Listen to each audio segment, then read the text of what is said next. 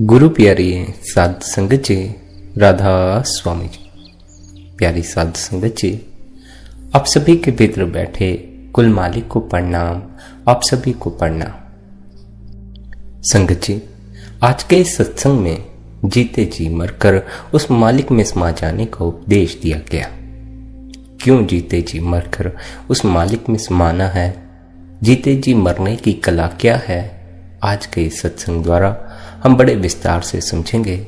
आप सभी से यही विनती है, आज के इस रूहानियत भरे सत्संग को अंत तक जरूर श्रवण करें। साथ ही आपसे यह भी विनती है, निरंतर सत्संग सुनने के लिए आप चैनल को सब्सक्राइब कर लें, नोटिफिकेशन बेल को ऑन कर लें। आइए आज के इस रूहानी सत्संग की ओर बढ़ते हैं। सत्संग के वचन हैं, जीवत मर्या पब जल तरे। भाव, जो जीते जी मर जाता है वह इस भव सागर से पार हो जाता। जीते जी मरने का क्या अर्थ है? मन के शोर शराबे से परे हो जाना। यह मन जो निरंतर हमारी चेतना को बाहर इस दुनिया में भटकाता फिरता, यह मन जब मर जाता है फिर हमारी चेतना बाहर भटकना बंद कर देती है और भीतर अपने केंद्र पर सदा के लिए स्थिर हो जाती। ऐसी अवस्था को जीते जी मरने की अवस्था कहा जाता। यह अवस्था हमें जीते जी ही उपलब्ध करनी हो, क्योंकि मृत्यु के बाद हम इस विराट अनुभव को अपने साथ तभी ले जा सकते हैं अगर जीते जी इसका अनुभव किया हुआ। जिसने जीते जी ध्यान की गहराई में उतरकर अपने स्वयं का अनुभव नहीं किया, वह मृत्यु के बाद अपने स्वयं के अनुभव से वंचित रह जाता। तब वह मारा फिर से नए शरीर की मांग कर लेता है और वही मांग उसे दोबारा खींचकर इस दुनिया में ले आती। इस दुनिया में संत महात्मा हमें फिर से जगाने के लिए आते हैं। इस दुनिया में हम जितनी दफा आते हैं उतनी दफा कोई ना कोई पूर्ण संत महात्मा इस दुनिया में जरूर आता है। क्यों? क्योंकि उस मालिक ने पूर्ण संत महात्माओं को हमारी सुरत को देह के बंधन से मुक्त कराने का जिम्मा दिया हो। यह जिम्मा निभाने के लिए सदगुरु हमारे बीच आकर हमें जीते जी मरने की कला सिखाता। जीते जी मरने की कला सीख लेना हमारे लिए क्यों जरूरी है? क्योंकि हमने जीवन को बड़े ही शुद्ध रूप में जाना। जीवन बड़ा ही विराट है, अनंत है। हमें इसके अनंत रूप का कोई पता नहीं। हमारा यह मन हमें केवल उसी जीवन से परिचित करवाता है जो अहंकार के इर्द गिर्द निर्मित हुआ। लेकिन जो असल जीवन है, विराट जीवन, जिसमें परमात्मा की सुगंध है, परमात्मा के होने का अनुभव है, वह इस मन से पार जाके ही अनुभव में आता। इसलिए संत महात्मा हमें अपने इस मन से पार जाने का उपदेश देते, ध्यान में बैठकर इस मन के साक्षी होने का उपदेश देते। जितना हम मन के साक्षी होते जाएंगे उतना ही हम मन भी गिरता चला जाए। जैसे ही मन गिरता है, एक ऐसा विराट जीवन हमारे अनुभव में आता है जिसकी हमें कोई खबर नहीं थी। हम तो केवल अपने इस देह स्वरूप के जीवन तक ही सीमित हुए बैठे, लेकिन संत महात्मा हमें उस जीवन से परिचित करवाना चाहते हैं जिसकी बदौलत यह देह चलायमान है, यह मन चलायमान है, जिसकी बदौलत हम इस दुनिया में जी रहे हैं। जब तक हम देह को ही जीवन समझे बैठे हैं, तब तक हमारा जीवन इस देह के इर्द गिर्द ही सीमित रह जाएगा। पर इस देह के परे भी जीवन है, उस आत्मा का जीवन जो सदा शाश्वत रहता, कभी मिटता नहीं। देह तो मिट जाती। इसलिए संत महात्मा हमें उस अनंत जीवन की खोज करने का उपदेश देते हैं जो कभी मिटता ही नहीं। उसकी उपलब्धि कैसे होती है? जीते जी मर के। भाव, जीते जी इस मन के साक्षी बन के, इस मन को मार के या इस मन से पार जाके। शब्दों का फर्क है, लेकिन इस मन से पार जाके हमें अपनी सुरत का जब अनुभव होता है, हम अनंत जीवन के रूबरू हो जाते। यदि हम उस अनंत जीवन की खोज कर, यदि हम अनंत जीवन की खोज पर निकले, तब कहीं जाकर हमें सुख की सांस आ सकती है, तब कहीं जाकर हमें चैन पड़ सकता। अभी जो हमारे पास जीवन है, अभी जो जीवन हम जी रहे हैं, इसे ही जीवन समझ बैठे तो भूल हो गई। हमें तो उस अनंत जीवन की खोज करनी पड़ती है। जब हम उस अनंत जीवन को खोजते हैं, जब हमारी खोज पूरी होती है, तब कहीं जाके हमें जीवन की खबर लगती है। तब कहीं जाके हमें जीवन में हासिल होने वाले आनंद, हमें जीवन में उस मालिक की दया मेहर की खबर लगती है, उस मालिक की बख्शिश की खबर लगती है। यह जो जीवन हम जी रहे हैं, दुख में, पीड़ा में, संसारिक ख्यालों में, वासनाओं में, इच्छाओं में, ख्वाहिशों में, यह जीवन जीवन नहीं है। जिसके भीतर यह प्रतीति प्रगाढ़ हो जाती है कि यह जीवन जीवन नहीं है, उसे फिर कोई अनंत जीवन को खोजने से रोक नहीं सकता। वह आज नहीं कल उस अनंत जीवन को खोज ही लेता है, वह जीवन के सत्य को खोज ही लेता। हमारे भीतर यह प्रतीति प्रगाढ़ नहीं, हमारे भीतर यह प्रतीति ही नहीं है कि यह जीवन जीवन है। हम तो इस जीवन को ही सत्य मानते हैं, यही जीवन हमें सत्य की तरह प्रतीत होता है। इसे सत्य मानकर हम दुख को भी अपने साथ ढोते हैं, सुख को भी अपने साथ ढोते हैं, चैन को भी अपने साथ ढोते हैं, बेचैनी को भी अपने साथ ढोते हैं। कभी हमारे जीवन में ऐसा कोई क्षण नहीं आता जिस क्षण हम सदा के लिए सुखी हो जाएं, या जिस क्षण हम सदा के लिए चैन में चले जाएं। कुछ समय बाद कोई ना कोई दुख, कोई ना कोई बात, कोई ना कोई परेशानी हमें पकड़ ही लेती है, कोई ना कोई चिंता हमारे भीतर घर कर ही जाती है। हमें तो सदा के लिए सुखी हो जाना है, सदा के लिए चैन में चले जाना। यदि कुछ समय के लिए हम सुख में हैं, कुछ समय के लिए हम चैन में हैं, कुछ समय बाद फिर हमें परेशानियां पकड़ ले रही हैं, कुछ समय बाद हमें फिर दुख पकड़ ले रहे हैं, तब फिर हमारा यह जीवन घिसटते घिसटते ही बीतने वाला। यदि जीवन की हर पीड़ा से ऊपर उठना है, इस जीवन को घिसटते घिसटते नहीं जीना, तो अपने आप को सदा के लिए सुखी करना होगा। घड़ी घड़ी के सुख के पीछे नहीं भागना होगा। कुछ क्षणों के लिए जहां सुख मिलता है उस तरफ नहीं भागना होगा, बल्कि उस तरफ चलना होगा जिस तरफ चलकर सदा के लिए हम सुखी हो सके। जहां हमें क्षणिक सुख दिखाई पड़ता है, हम उस तरफ दौड़ते चले जाते हैं। जहां हमें सदा के लिए सुख हासिल होना है, हम उस तरफ जरा प्रयास नहीं करते, हम अपने भीतर नहीं उतरते, हम भजन बंदगी नहीं करते, हम ध्यान में नहीं बैठते।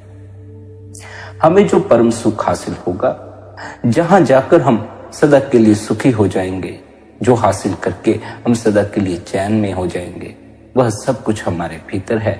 भीतर से उसे हासिल करके ही हम सदा के लिए चैन में और सदा के लिए सुख में हो सकते।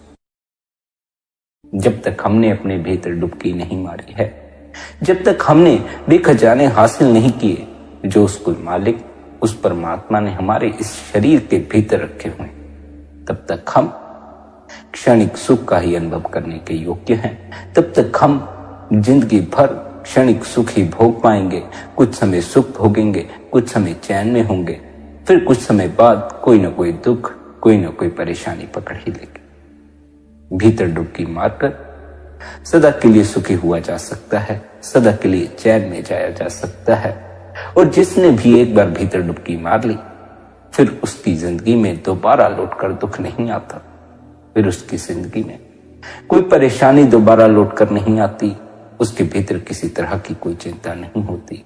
वह आनंद से बिना किसी चिंता, बिना किसी परेशानी के अपने जीवन को व्यतीत करता है और बड़े बेहतर ढंग से, बड़े आनंद से अपने जीवन को व्यतीत करता है। जब तक हमने अपने भीतर डुबकी नहीं मारी, अपने भीतर छिपे हुए खजानों को हासिल नहीं किया, तब तक हमें क्षणिक सुख का ही अनुभव होता रहेगा। तब तक हम परम सुख में उतर नहीं पाएंगे। तब तक थोड़े थोड़े समय बाद, थोड़े थोड़े समय के लिए हमें दुख का भी अनुभव करना पड़ेगा, हमें चिंता परेशानी का भी अनुभव करना पड़ेगा। ऐसा भी नहीं है कि सदा के लिए जीवन में दुख बरकरार ही रहेगा। ऐसा भी नहीं है कि जिंदगी में सदा के लिए ही आप चिंता में पड़े रहेंगे। थोड़े थोड़े समय की बात होती है, थोड़े समय के लिए दुख आता, थोड़े समय के लिए सुख आता। जब तक हमने अपने भीतर डुबकी नहीं मारी, अपने भीतर के रस को नहीं चखा, तब तक हम थोड़े समय के लिए सुख का अनुभव कर सकते हैं। इस संसार में थोड़े समय के लिए चैन से रह सकते। लेकिन थोड़े समय बाद हम यह कभी नहीं कह सकते कि अब मेरे जीवन में यह दुख। यह उस मालिक की दरगाह तक पहुंचने का कानून है। अगर दुख ना हो तो व्यक्ति, यह मनुष्य कभी अपने सच्चे घर सचखंड लौटकर नहीं जाना चाहेगा। अगर इस संसार में दुख ना हो तो मनुष्य कभी उस परमात्मा में समाना नहीं चाहेगा। उस परमात्मा में समा जाने की चाह, अपने सच्चे घर सचखंड लौट जाने की चाह तभी भीतर पैदा होती है जब भीतर यह प्रतीति प्रगाढ़ हो जाती है, इस संसार में दुख बार बार लौट आता। कितने ही प्रयास करते रहो, बार बार लौट आएगा। चाहे सुख के सभी साधन इकट्ठे कर लो, फिर भी भीतर कोई ना कोई बात खलती रहेगी, भीतर कोई ना कोई चिंता, भीतर कोई ना कोई दुख पकड़ा ही रहेगा। इस सब का कारण यही है कि हमने अपने भीतर डुबकी नहीं मारी। हमें अपने भीतर डुबकी मारकर जीना चाहिए। हमें आत्म स्वरूप होकर संसार में विचरना चाहिए। हम आत्म स्वरूप होकर संसार में नहीं विचरते, हम तो मन या यह देह होकर संसार में विचरते। हमारी जो अपनी प्रति भी दृष्टि है वह इस देह, इस मन से ऊपर नहीं। हम इस मन से परे हैं, इस देह से परे हैं। ऐसी हमारे भीतर कोई प्रतीति नहीं, ऐसा हमें कोई अनुभव नहीं। हमने जो अपनी ख्वाहिशों के अनुसार, अपनी वासनाओं के अनुसार, अपनी इच्छाओं के अनुसार भीतर कल्पनाएं गढ़ ली हैं, हम उन्हीं को जीवन समझे बैठे हैं। हम उससे ऊपर जीवन को नहीं देख पाते। हम मन में फंसे रहते हैं, देह में फंसे रहते हैं। यह जीवन जीवन नहीं। ऐसी प्रतीति जिसके भीतर प्रगाढ़ हो जाती है वह अनंत जीवन की खोज में निकलता। उसे अनंत जीवन को खोजने से कोई नहीं रोक सकता। तब कहीं जाकर जब भीतर यह प्रतीति प्रगाढ़ होती है, जब हम इस देह इस मन से ऊपर उठते हैं, तब कहीं जाकर सच्ची तलाश शुरू होती है, उस मालिक की तलाश शुरू होती है। पहला कदम यही है कि यह जीवन सिर्फ धोखा है, यह माया है, यह प्रतीति हमारे भीतर प्रगाढ़ हो जाए। जब तक यह जीवन, यह देह, यह संसार हमें सत्य की तरह प्रतीत होता है, तब तक हम उस मालिक की तलाश शुरू नहीं कर सकते। तब तक हम अपने भीतर तलाश करना शुरू नहीं करते। बाहर से तो चाहे हम कई ढंग से मालिक की तलाश करते, यह जो भीतर की तलाश है, भीतर उतरकर उस मालिक को खोजना है, यह केवल वही साधक करते हैं जिन्हें यह खबर लग जाती है कि यह संसार, यह देह, यह सब माया का खेल है। हम आत्मा हैं, हमें अपनी आत्मा का अनुभव करना है। हम अपनी आत्मा का अनुभव करने में असमर्थ हैं। हम अपनी आत्मा का अनुभव नहीं करते। आत्मा शब्द इतना मलिन हो गया है कि जब भी हम आत्मा सुनते हैं तो हमारा ख्याल मृत्यु से जुड़ जाता है। जैसे ही मृत्यु हमारी आंखों के सामने आकर खड़ी होती है, हमारे भीतर फिर आत्मा को जानने की हिम्मत नहीं रह जाती। आत्मा का अनुभव होता तो मरकर ही है, लेकिन जीते जी मरकर हमें आत्मा का अनुभव करना। जीते जी मरकर यदि हम आत्मा का अनुभव कर ले, तब फिर हमें मृत्यु का कोई भय नहीं रह जाएगा। आत्मा शब्द अब मृत्यु से इस तरह चिपक गया है कि अब हमें आत्मा शब्द से भय लगने लगा। अब हम अपने आप का भी अनुभव नहीं करना चाहते, अपनी आत्मा का अनुभव नहीं करना चाहते, जो कि हम हैं, जिसके कारण यह शरीर इस संसार में चलायमान, जिसके कारण हमारी श्वास आती और जाती, जिसके कारण हमारी यह देह संसार में विचर पा रही है। हम अपने परिवार में उठ बैठ पा रहे हैं, हम अपने संसारिक कामकाज कर पा रहे हैं, हम अपनी दुकान संभाल पा रहे हैं। जिस आत्मा के कारण यह देह, जिससे हमें इतना प्यार है, इतना मोह है, जिसकी खातिर हम दुख उठाते हैं, जिसकी खातिर हम इस संसार में इतनी पीड़ा झेलते हैं, इस देह को चलाने वाली जो आत्मा है उसका हमें कोई अनुभव नहीं। वही आत्मा जो इस शरीर को चलाती है, जिसके निकल जाने के बाद यह शरीर मुर्दा हो जाती है, वह आत्मा हम हैं। हमें उसका अनुभव करना चाहिए। हम उसका अनुभव नहीं करते। हम शरीर के अनुभव तक सीमित रहते हैं, हम देह के अनुभव तक सीमित रहते हैं, या अपने मन के अनुभव तक ही सीमित रहते हैं। हमने जो कल्पित संसार भीतर निर्मित कर लिया है, हम उसके अनुसार ही अपनी जिंदगी बिताते चले जाते हैं। सत्य के प्रति नहीं जागते, जो है उसके प्रति नहीं जागते, बल्कि जो नहीं है, जो माया का जाल है, उसके प्रति जागे हुए रहते हैं, उसी का बोध हमें होता। यह देह मिट्टी का पिंजरा है। इस मिट्टी के पिंजरे के भीतर हमारी आत्मा बैठी हुई है, यानी इस देह के भीतर हम बैठे हुए हैं। इस मिट्टी के पिंजरे के भीतर हम बैठे हुए। हम न जाने कितने जन्मों से इस पिंजरे में कैद हैं। जब तक हम कुल मालिक की भक्ति ना कर ले, भीतर इन विचारों से मुक्त न हो जाएं, अपने मन से परे न हो जाएं, तब तक हम इस देह के पिंजरे से मुक्त नहीं हो सकते। तब तक हम कई जन्मों तक इस देह के पिंजरे में भटकते रहेंगे और इस देह पर जो जो दुख आएंगे, जो जो कष्ट आएंगे, जो जो परिवार की समस्या आएंगी, जो जो धन की समस्या आएंगी, उन सबको हमें झेलना पड़ेगा। जब तक हमारे भीतर यह प्रतीति प्रगाढ़ ना हुई कि यह देह एक तरह से मिट्टी का पिंजरा है, जिस पिंजरे के भीतर हम आत्मा के रूप में कैद हैं, तब तक हम इस देह के पिंजरे से मुक्त नहीं होना चाहेंगे। तब तक हमारे भीतर इस देह से मुक्त होने का कोई ख्याल भी नहीं उठेगा और हम इस देह के ख्याल से ऊपर उठने के लिए कोई प्रयास नहीं करेंगे, यानी उस मालिक की भक्ति नहीं करेंगे, भजन में नहीं बैठ पाएंगे, ध्यान में नहीं बैठ पाएंगे। जिन्हें यह खबर लग गई कि यह मिट्टी का पिंजरा है और इस पिंजरे के भीतर आत्मा कैद है, वे सद्गुरु की शरण में चले जाते हैं इस देह के पिंजरे से मुक्त होने के। वे सद्गुरु से अभ्यास की युक्ति लेते हैं, नाम लेते हैं, ताकि वे भी इस देह के पिंजरे से मुक्त हो जाएं और फिर उन्हें लौटकर इस पिंजरे में कैद ना होना पड़े, इस देह में कैद ना होना पड़े। क्योंकि सद्गुरु इस देह के पिंजरे से मुक्त हो चुके हैं, देह में रहते हुए उन्होंने इस पिंजरे से आजादी पाली है, इसलिए हमें सद्गुरु की शरण लेनी पड़ती है, उनसे अभ्यास लेना पड़ता है, उनसे सीखना पड़ता है कि कैसे हम भी इस देह के पिंजरे से मुक्त हो सके, जन्म मरण से मुक्त हो सके, इस देह में रहकर भी इस देह से ना चिपके, इस मन से ना चिपके। मन के कारण हम देह से भी चिपक जाते हैं, संसार से भी चिपक जाते हैं, लोगों से भी चिपक जाते हैं, वस्तुओं से भी चिपक जाते। मन ना हो तो रोटी, कपड़ा और मकान से ज्यादा हमें किसी चीज की जरूरत नहीं पड़ेगी। हम किसी चीज के पीछे नहीं भागेंगे, केवल और केवल रोटी, कपड़ा और मकान हासिल कर लेना ही हमारे लिए काफी हो जाएगा। लेकिन मन हमारे साथ मौजूद है, इसलिए हम अनेक चीजों के पीछे भागते।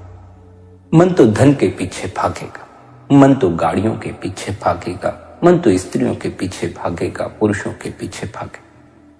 मन कई तरह की जरूरतें खड़ी कर देता है, क्योंकि मन के कारण हमारे भीतर कई तरह की इच्छाएं बड़ी प्रगाढ़ हो जाती हैं, वे हमें जोर मारती हैं। हमने कई तरह की ख्वाहिशों को भीतर पक्का कर लिया।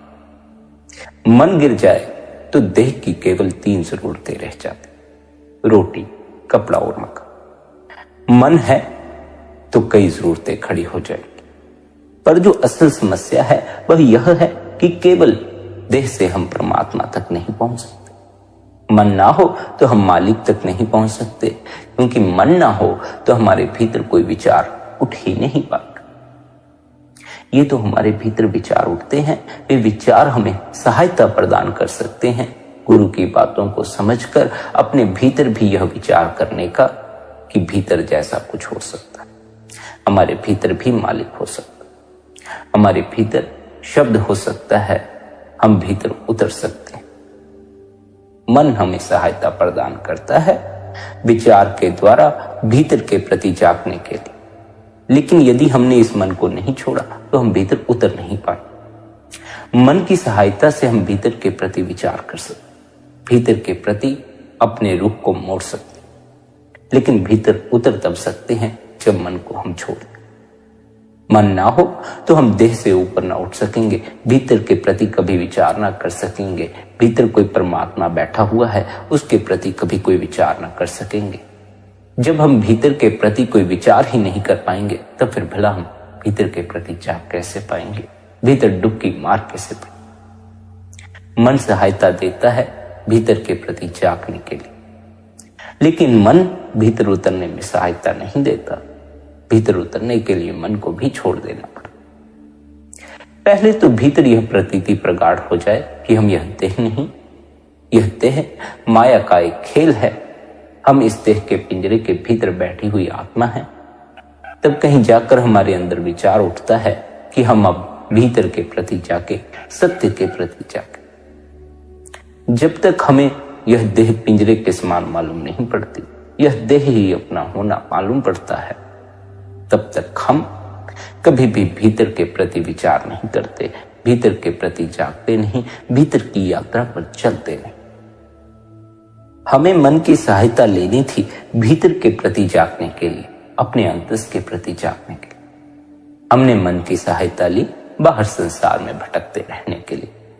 हम और भी संसार में भटकते चले गए, हम और भी पीड़ा में पड़ते चले गए, हम और भी संसारिक भोगों की ओर खिंचते चले गए। मन के द्वारा भीतर के प्रति जागो। भीतर उतरना है तो मन को छोड़ो। मन की सहायता लो भीतर के प्रति जागने के लिए। मन के साथ होकर बाहर संसार में ही मत भटके रहो, संसारिक भोगों की तरफ ही मत भागते रहो। संसारिक भोगों की तरफ भागते रहे तो ये मन सदा ही बाहर की तरफ भटकाता रहेगा। किसी न किसी दिन तो इस मन को काबू करना ही होगा। यदि यह मन काबू ना आया तो सच्चे सुख की खबर ना लग सकेगी, सच्चे आनंद की खबर ना लग सकेगी, सदा के लिए चैन ना पड़ सकेगा। थोड़े समय के लिए सुख भोगोगे, फिर दुख उठाने पड़ेंगे, फिर चिंता उठानी पड़ेगी, फिर परेशानी का सामना करना पड़ेगा। संत सद्गुरु हमें सदा के लिए सुखी कर देना चाहते हैं, सदा के लिए चैन में पहुंचा देना चाहते हैं। सद्गुरु चाहते हैं कि हम सदा के लिए सुखी हो जाएं। यह नहीं कि कुछ समय के लिए सुखी हुए, फिर किसी चिंता में पड़ गए, दुख में पड़ गए। नहीं, सदा के लिए सुखी हो जाना। दुख का फिर कोई नामो निशान नहीं, चिंता और परेशानी का कोई नामो निशान नहीं। लेकिन यह जो दुख का नामो निशान तक मिट जाना है, यह भीतर उतरे बगैर नहीं होता। आप अपने गुरु के लाख बार दर्शन कर लें, आप अपने गुरु को लाख बार माथा टेक लें, आप लाख बार ध्यान कर लें, आप लाख बार भजन कर लें। यदि आपने भीतर अपने मन को नहीं छोड़ा है, इस मन की पकड़ को नहीं छोड़ा, इस मन को छोड़कर अपने भीतर के तल पर सरक नहीं गए, उस तल पर नहीं पहुंच गए जिस तल पर आत्मा मौजूद है, तो यह संभव नहीं है कि आप सदा के लिए सुखी हो जाए। तो कुछ समय के लिए सुख का सामना करिए, कुछ समय बाद दुख का सामना करिए। इस संसार का यही नियम, यहाँ कुछ समय के लिए सुख भोगना पड़ता है, कुछ समय के लिए दुख भोगना पड़ता है। कुछ समय के लिए आराम करने को मिलता है, कुछ समय के लिए बेरामी भी सहन करनी पड़ती है। कुछ समय के लिए चैन मिलता है, कुछ समय के लिए बेचैनी भी होती। इस संसार में सदा के लिए सुखी होने का कोई उपाय। इसीलिए संत सद्गुरु हमें क्या समझाते हैं, यह संसार माया का जगत है, इस माया के जाल से अपने आप को बाहर निकालो। इस संसार को ही सत्य मत समझे बैठो, इस देह अपने मन को ही सत्य मत समझे बैठो। यदि अपनी देह को ही सत्य समझा, इस संसार को ही सत्य समझा, अपने मन को ही सत्य समझा, तब फिर इस संसार में ही फंसे रहोगे, इस संसार में ही अपने आप को उलझाओगे और इस संसार में मिलने वाले क्षणिक सुख और दुख का अनुभव करते रहोगे। यदि इस संसार में भटकने की कामना है, संसारिक भोगों में रस आता है, काम के पीछे जी भागे जाता है, धन के पीछे भागने को जी चाहता है, पद के पीछे भागने को जी चाहता है, तब फिर भीतर ऐसी कामना कभी मत रखना कि जीवन में कभी कोई दुख ना आए, कभी कोई परेशानी ना। यदि यह कामना भीतर रखोगे तो यह कामना ही दुख पहुंचाती रहेगी, क्योंकि सदा के लिए कोई भी मन या संसार इस माया के दायरे में सुखी नहीं हो सकता। कुछ कुछ समय के लिए सुख का अनुभव करते रहो, कुछ कुछ समय बाद दुख का अनुभव करते रहो। यदि संसार में विचरना है तो दुख से कभी भी इनकार मत करो। इनकार किया कि वह भीतर जो इनकार खड़ा हो जाएगा वही दुख पहुंचाता रहेगा, वह इनकार सुख के क्षणों को भी बर्बाद कर दे। यदि संसार में ही विचरना है, भोग विलासों में ही विचरना है, तो दुख को भी स्वीकार कर चलो, परेशानी चिंता को भी स्वीकार कर चलो, इनसे इनकार मत करो। ये संसार के हिस्से हैं, इस माया के जगत के हिस्से हैं। माया के जगत के हिस्से ही बनना है तो माया के जगत की चीजों को भी स्वीकार करो, माया के जगत के कानूनों को भी स्वीकार करो। उनसे हम इनकार कर देते हैं, विचरना संसार में चाहते हैं, संसार का लगाव भीतर है, लेकिन दुख से हम बचे रहना चाहते हैं। चिंता परेशानी से बचे रहना चाहते हैं, संसार में भटकना भी चाहते हैं, संसार में रस आता। जिसे संसार में जीने का जी चाहता हो, जो देह को ही सत्य मानकर जीना चाहता हो, इन इच्छाओं इन वासनाओं को ही, अपने मन को ही सत्य मानकर जीना चाहता हो, अपने मन के दायरे से परे ना जाना चाहता हो, उसे चाहिए कि वह माया के नियमों को भी स्वीकार करे, इस संसार इस जगत के नियमों को भी स्वीकार करे, वह दुख से फिर इनकार ना करे।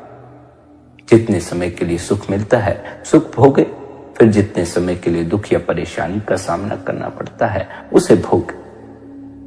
जो थोड़े थोड़े समय के लिए सुखी होकर फिर दुख का सामना करके परेशान आ चुके, जो थोड़े थोड़े समय के लिए चिंता परेशानी से परे होकर फिर चिंता के बोझ में लग जाते हैं, इस बोझ से परेशान आ चुके हैं, भीतर उतर जाने का मार्ग उनके लिए। जिन्हें यह खबर लग गई कि संसार में क्षणिक सुख ही केवल हासिल हो सकता है, कुछ समय बाद हमें फिर दुख का सामना करना पड़ेगा, उन्हें अपने भीतर सरक जाना चाहिए, उन्हें अपने भीतर डुबकी मारनी चाहिए, अपनी आत्मा से जुड़ना चाहिए।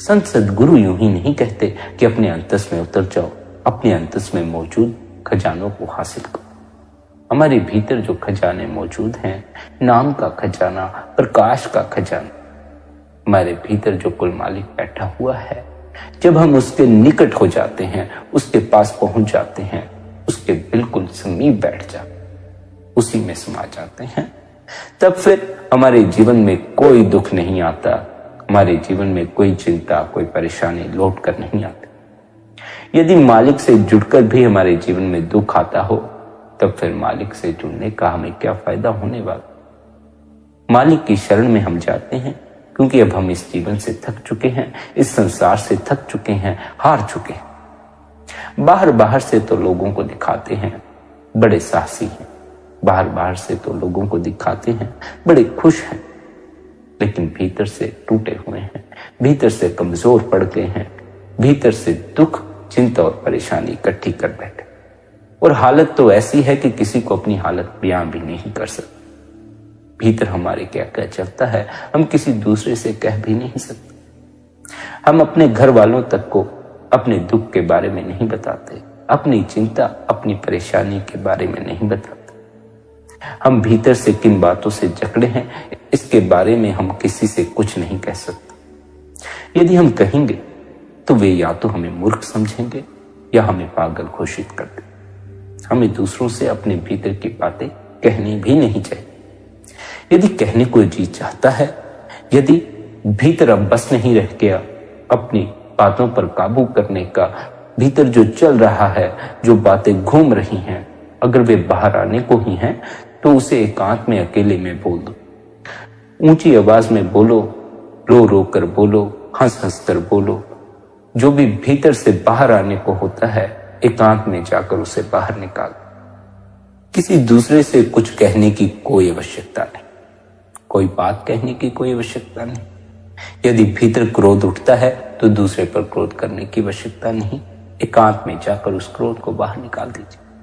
चिल्लाना है चिल्लाइए, जो कहना है एकांत में कहिए, अपने आप तक ही सीमित रखिए, दूसरों में अपने भीतर चल रही बातें प्रकट न कर।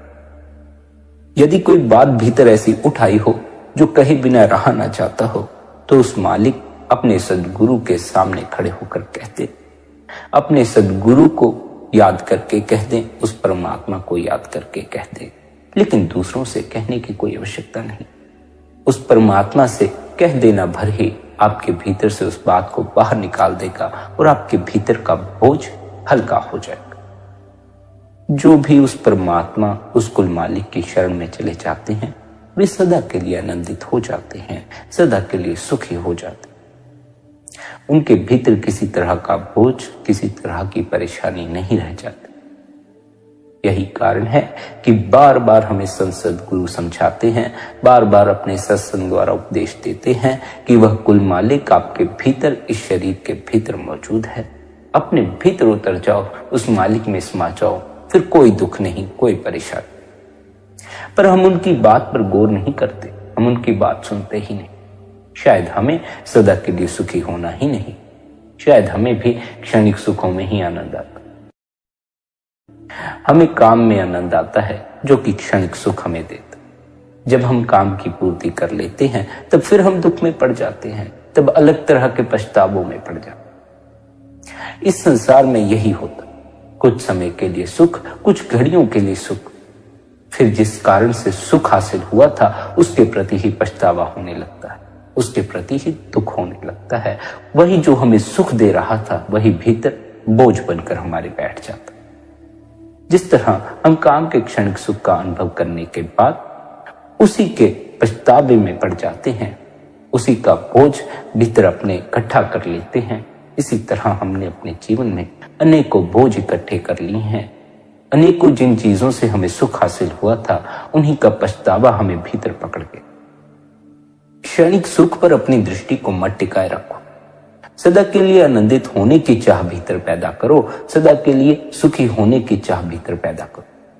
ऐसी चाह भीतर पैदा ना करो कि मुझे धन मिल जाए, धन मिल भी जाएगा तो कितने समय के लिए सुख दे सकता है। जिस दिन यह देह गिर गई उस दिन धन कोई सहायता प्रदान नहीं कर सकता। देह की मौजूदगी में धन सहायता दे सकता है, धन सुख दे सकता। जब देह गिर गई तो धन से कोई सुख हासिल नहीं। सद्गुरु जानते हैं कि हमारी देह गिर जाएगी, हमें यह अनुभव नहीं है। हमें तो यही लगता है कि हमारी देह कभी नहीं गिरेगी, क्योंकि हमने अपना तादात्म्य देह से जोड़ लिया है। हमने इस देह से इस कदर तादात्म्य जोड़ लिया है कि कभी भी हम अपने भीतर यह ख्याल नहीं आने देते कि किसी दिन हमें भी मरना होगा, किसी दिन हमें इस देह को छोड़ना होगा। हम सदा इस ख्याल से अपने आप को बचाए रखते हैं। हम सदा मृत्यु से भागने का प्रयास करते हैं, हम सदा बचने का प्रयास करते हैं। हमारे बस में है कुछ भी नहीं, लेकिन हम जिंदगी भर यही सोचते हैं सब कुछ हमारे बस में। हम अपना पूरा जीवन इस भूल में जीते हैं कि हम सदा के लिए जीने वाले, हमारी कभी मृत्यु नहीं हो। लेकिन एक झटके में, एक एक्सीडेंट में, एक हादसे में हमारे प्राण निकल जाते हैं, हमारा देह से संबंध टूट जाता है। हम इस भूल में जीते हैं कि सदा यह देह हमारे पास मौजूद रहेगी, सदा हम इस देह में विचरते रहेंगे। बुढ़ापा आते ही अकल ठिकाने आ जाती है, यह देह साथ देना बंद कर देती। जो अभी जवान हैं उन्हें बुढ़ापे का कोई अनुभव नहीं, इसलिए वे इस सोच में जीते हैं कि शायद बुढ़ापे में भी वे इसी तरह तंदुरुस्त, इसी तरह चुस्त फुर्तीले रहें। उन्हें यह खबर नहीं कि जब बुढ़ापा आता है तो देह साथ देना ही बंद कर देती। देह धीरे धीरे ढलना शुरू हो जाती है, भीतर से आदमी टूटता चला जाता है और भीतर आदमी को धीरे धीरे यह अनुभव होना शुरू होता है कि यह देह मैं नहीं हूं। यह देह अगर मैं हूं तो यह देह अब मेरा साथ क्यों नहीं देती? जवानी में तो खूब देती थी, बुढ़ापे में साथ देना अपने आप से बंद कर देती है। भले ही कितने ही तंदुरुस्त होने के उपाय करते रहो, भले ही कितने सैर सपाटे करते रहो, ये सैर सपाटे, ये तंदुरुस्ती के लिए किए गए व्यायाम किसी काम नहीं आने वाले जिस दिन मौत आकर सामने खड़ी हो जाए। हम देह नहीं है, हमारा देह से कोई संबंध नहीं। हम यदि देह की उम्र बढ़ाने के लिए, हम यदि देह को तंदुरुस्त करने के लिए व्यायाम कर रहे हैं, तब हम अपनी ऊर्जा को केवल और केवल इस शरीर पर व्यर्थ कर रहे हैं, जो कि हम हैं ही नहीं। ऐसी देह पर अपनी शक्ति को व्यर्थ कर देना जो आखिर में मिट्टी में मिल ही जानी है, जो आखिर में जल ही जानी है, जिसे आखिर में दफना ही दिया जाना है, हमें कभी भी सत्य की खबर नहीं लगने देता। देह के मोह से ऊपर उठो, इस मन से ऊपर उठो। इस मन के मोह से ऊपर उठोगे, इस मन को छोड़ोगे तो धीरे धीरे देह से भी मोह छूटता जाएगा। मन की पकड़ के कारण देह से संबंध प्रगाढ़ हो जाती हैं। हम अपने आप को देह से ऊपर नहीं समझ पाते। मन की मौजूदगी के कारण माया का यह जगत सत्य प्रतीत होता है। इस माया के जगत के परे की हमें कोई खबर नहीं लग पाती। मृत्यु के परे क्या है उसकी हमें कोई खबर नहीं लग पाती। इस देह के भीतर जो परमात्मा बैठा है उसकी हमें कोई खबर नहीं लग पाती। जिसने इस देह को सत्य माना उसे यह भी सत्य स्वीकार लेना चाहिए कि मृत्यु आज नहीं कल उसके द्वार पर दस्तक दे ही देगी। और स्मरण रहे, मृत्यु किसी को नहीं छोड़ती, कोई राजा हो, कोई भिखारी हो। मृत्यु सभी को अपने साथ ले जाती है, चाहे कोई आंख वाला हो, चाहे कोई अंधा हो, चाहे कोई मनमुख हो, चाहे कोई गुरुमुख हो। जो भी इस संसार में पैदा हुआ है, मृत्यु उसे अपने साथ ले ही जाएगी। असल में मृत्यु केवल और केवल देह को अपने साथ ले जाती है। जो अपने को देह समझ लेते हैं, उन्हें यह भ्रम पकड़ जाता है, उन्हें ऐसा ही प्रतीत होता है कि मानो मृत्यु उन्हें ही ले गई।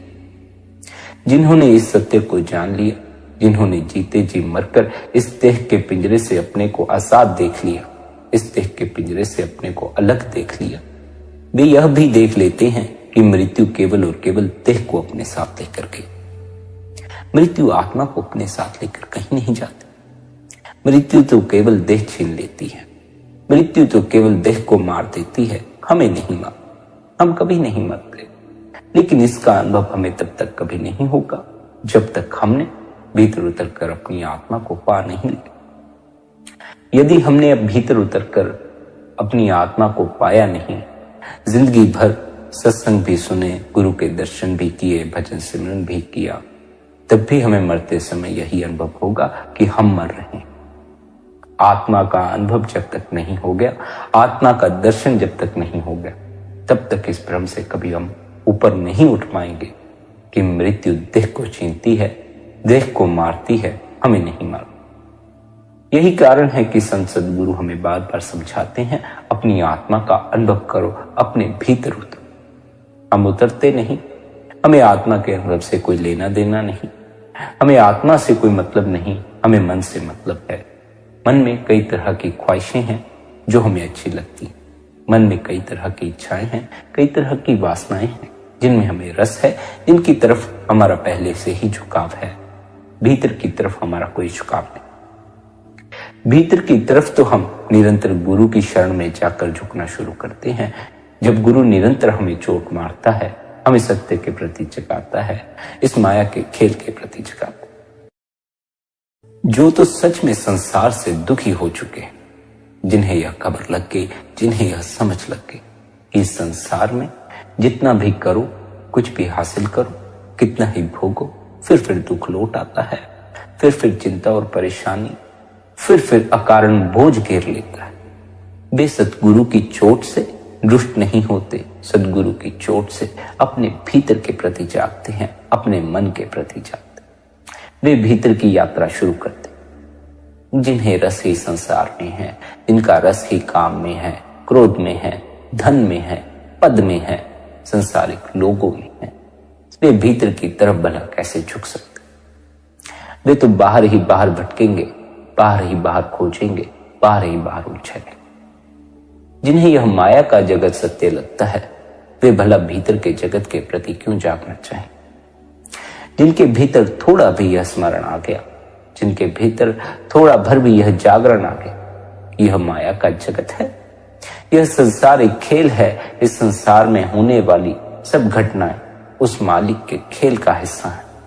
वे अपने भीतर उतरकर उस मालिक से जुड़ जाते हैं, उस मालिक की शरण में चले जाते हैं, उसके खेल में राजी हो जाते हैं। हम तो उस मालिक के खेल में राजी ही नहीं हो पाते। हम जो चाहते हैं वो हमें मिलता नहीं, फिर हमें उसकी पीड़ा सताती है, चिंता सताती। यदि हमने जो चाहा था हमें वह मिला नहीं और उसके लिए हम परेशान हैं, तो इसका अर्थ यह हुआ कि हम मालिक की रजा में नहीं रह रहे। यदि हमने जो चाहा था वह हमें हासिल नहीं हुआ है और उसके प्रति हमें पछतावा है, तो इसका अर्थ यह हुआ कि हम मालिक की रजा में राजी नहीं। मालिक की रजा में रहने का अर्थ है कि जो हमें मिल जाए, जैसा जीवन हमें उपलब्ध हो, हम उस जीवन के प्रति, उस मालिक के प्रति शुक्रगुजार हों। हम जीवन के प्रति शुक्रगुजार नहीं हैं, हम पछतावे से भरे हैं, क्योंकि हमें जो चाहिए था वह नहीं हुआ, वह हमें नहीं मिला। उसके विपरीत कई चीजें हो गई, उसके विपरीत ऐसी कई घटनाएं घट गई जो हमने कभी सोची ना थी, इनके प्रति हमारे भीतर कभी कोई ख्याल भी नहीं उठा। ये जो हमारी चाह है, यह भीतर मन के कारण पैदा होती है। इस मन के कारण, इस मन की मौजूदगी के कारण हम उस मालिक की रजा में राजी नहीं हो पाते। जैसा जीवन हमें उपलब्ध होता है, हम उसके प्रति राजी नहीं हो पाते, उसके प्रति शुक्रगुजार नहीं हो पाते, बल्कि हम आगे से मांग खड़ी करते हैं कि हमें ऐसा जीवन चाहिए, हमें जीवन में ये चाहिए, हमें जीवन में वो चाहिए, हमें वो दे दो, परमात्मा हमारे ये दुखड़े दूर कर दे, हमें यह सुख दे दे।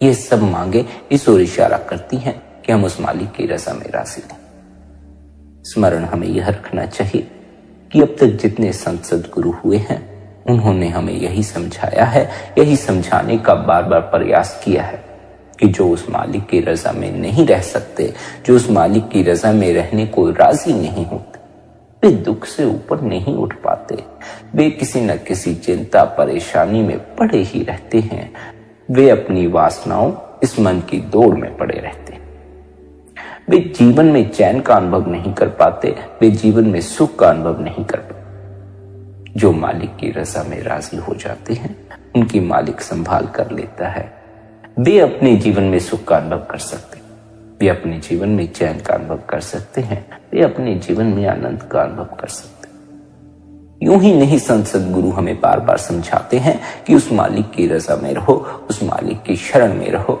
वह जैसा जीवन हमें दे, जो परिस्थिति हमें दे, उसके शुक्रगुजार होकर रहो, उसी पर छोड़ दो, उसी के भरोसे रहो। हम कहां उसके भरोसे रहते हैं, हम कहां उसकी रजा में रहते हैं। हमने तो अपनी मांगे खड़ी कर रखी, हमने तो उस मालिक को यह तक कह रखा है कि हमारा जीवन कैसा होना चाहिए, हमें जीवन में क्या क्या चाहिए। जैसे हमने कर्म किए हैं, उसके अनुसार ही हमें जीवन मिलेगा, उसके अनुसार ही हमें जीवन में सुख दुख का अनुभव होगा, उसके अनुसार ही हम अपने जीवन को बिताएंगे। इसलिए हमें अपने कर्म सुधार कर चलना चाहिए। कर्म मलिन हो तो मलिन फल मिलता, कर्म साफ हो तो साफ फल मिलता। हमारे कर्म ही ऐसे हैं जिनसे हमारे जीवन में बेचैनी पैदा हो, दुख पैदा हो। यदि कोई धन के लिए प्रयास कर रहा है, तो क्या धन इकट्ठा करने के लिए उसे दुख का सामना नहीं करना होगा, भीतर चिंता और परेशानी का बोझा नहीं उठाना होगा, उसे उठाना ही होगा। जिस सुख के लिए हमें अपनी शक्ति व्यय करनी पड़ रही है, हमें अपना समय व्यय करना पड़ रहा है, हमें अपना आराम तक बर्बाद कर देना पड़ रहा है, उस सुख को हासिल करके भी हम सुखी नहीं हो सकते। हमारे जो भीतर का सुख है, उसे हासिल करने के लिए ना तो हमारी शक्ति व्यय होती है, ना हमारा शारीरिक बल लगता है, ना हमें उसे हासिल करने के लिए कोई दुख उठाना पड़ता है, ना ही उसे हासिल करने के लिए किसी तरह का हमें कोई श्रम करना पड़ता है। आंख बंद करके बस भीतर डुबकी मारनी होती। मन का पर्दा हट जाए तो डुबकी बजनी शुरू हो जाए। मन का पर्दा है, इसलिए आंख बंद करके डुबकी नहीं लगती, बल्कि मन में ही डुबकी लग जाती है, विचारों में ही डुबकी लग जाती है।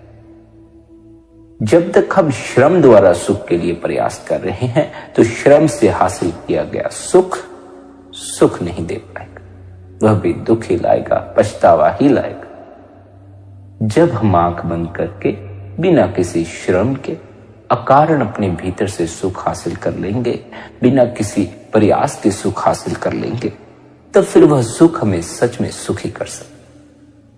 भीतर उतर कर हम जो सुख हासिल करते हैं, उसके लिए हमें अपना श्रम नहीं लगाना पड़ता, उसके लिए हमें अपनी शक्ति व्यय नहीं करनी पड़ती। जितनी हमारी शक्ति व्यय होती है, जितनी हमारी शक्ति भीतर से बाहर निकलती, उतने ही हम अपने आप को कमजोर पाते हैं, उतना ही हम भीतर से अपने को खाली पाते, चाहे फिर हम बाहर से कितने ही बढ़ते रहे। ध्यान के समय आंख बंद करके जब हम अपने भीतर सुख की खोज करते हैं, तो हमारी शक्ति बाहर व्यय नहीं होती, हमारी जीवन ऊर्जा भीतर ही इकट्ठी होती रहती है। जब हम तीसरे दिल पर अपने ध्यान को पक्का करके अपनी जीवन ऊर्जा को वहां से प्रवाहित होने के लिए मार्ग दे देते हैं, तब फिर हमें भीतर से सुख की उपलब्धि हो जाती है, आनंद की उपलब्धि हो जाती है। हमें अपने भीतर डुबकी मारनी है, अपने भीतर से सच्चे सुख को हासिल करना है, सच्चे चैन को हासिल करना है। ऐसा सुख, ऐसा चैन कि फिर जीवन में कोई दुख ना पकड़े, कोई चिंता ना पकड़े, कोई परेशानी ना पकड़े। परम सुख की खोज में अपने जीवन को लगाएं, परम सुख हासिल करें, सदा के लिए सुखी हो जाए। सदा के लिए सुखी होने के लिए अपने अंतस में डुबकी लगाएं। आपके गुरु महाराज ने आपको अंतस में उतरने के लिए युक्ति भी दी होगी, नाम का अभ्यास भी दिया होगा। निरंतर अपने गुरु द्वारा दिए हुए अभ्यास का पालन करें, निरंतर भजन में बैठें, निरंतर ध्यान में बैठें। प्यारी साध संगत जी, यदि आज का यह सत्संग आपको अच्छा लगा हो तो आज के इस सत्संग को आप अपने मित्रों और संबंधियों के साथ शेयर भी कर सकते। साथ ही आप शबदुल सत्संग चैनल को सब्सक्राइब कर सकते हैं, सत्संग का आनंद ले सकते। बाकी आप सबकी अपनी मौज है। अपना ख्याल रखें। इतने प्रेम और प्यार से आपने सत्संग को सुना, उसके लिए आप सभी का धन्यवाद। अपने अंतस में उतरें, अपने भीतर डुबकी मारें, सदा के लिए सुखी हो जाए। राधा स्वामी जी।